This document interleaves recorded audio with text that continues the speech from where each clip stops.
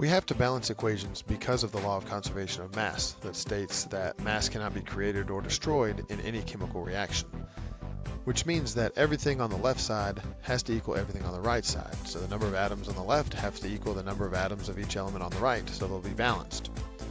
The first step to balancing an equation is to write the skeleton equation, making sure that you leave room for future coefficients.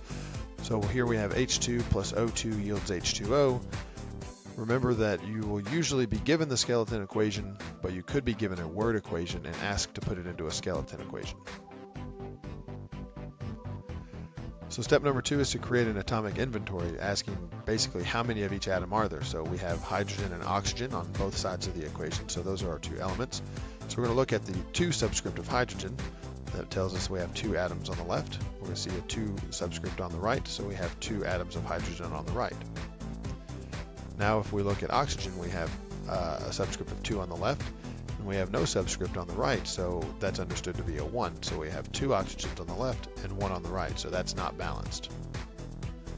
Step number 3 is to change the coefficients to balance the amount of each element on both sides. You're going to multiply the subscript by the coefficient. There are some rules though. The first one is to never change or add a subscript. So if we're trying to balance our oxygens, we cannot just put a subscript of 2. That changes the formula.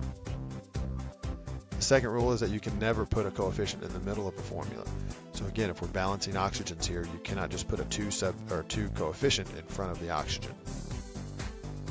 Third rule is if something is alone in the equation, balance it last.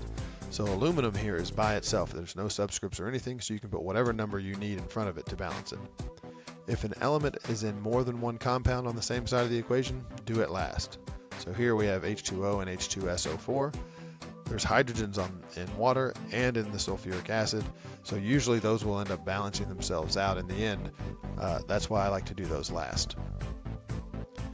Next, if a polyatomic ion is found on both sides of an equation, you can balance it as one entity. So here we have nitrate on the left side and we have nitrate on the right side. So you can balance those as just nitrates instead of nitrogens and oxygens separately.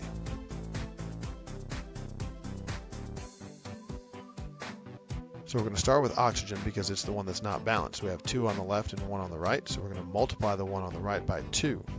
And that's going to change our number of oxygens to 2, but it's also going to change our number of hydrogens. So the subscript of 2 for hydrogen times the coefficient of 2 changes it to 4 hydrogens.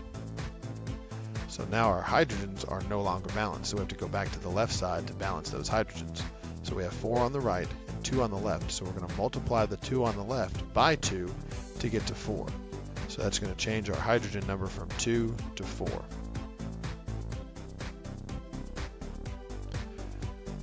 Now we can see that hydrogen and oxygen are both balanced, so we're good on this one. So we have a subscript of 2, 1, and 2. Step number 4 is to make sure that the coefficients are the lowest whole number ratios, and you just simplify just like you do in math. And step number 5 is to just check your work. Make sure that everything is done right. You've added correctly, you've multiplied correctly.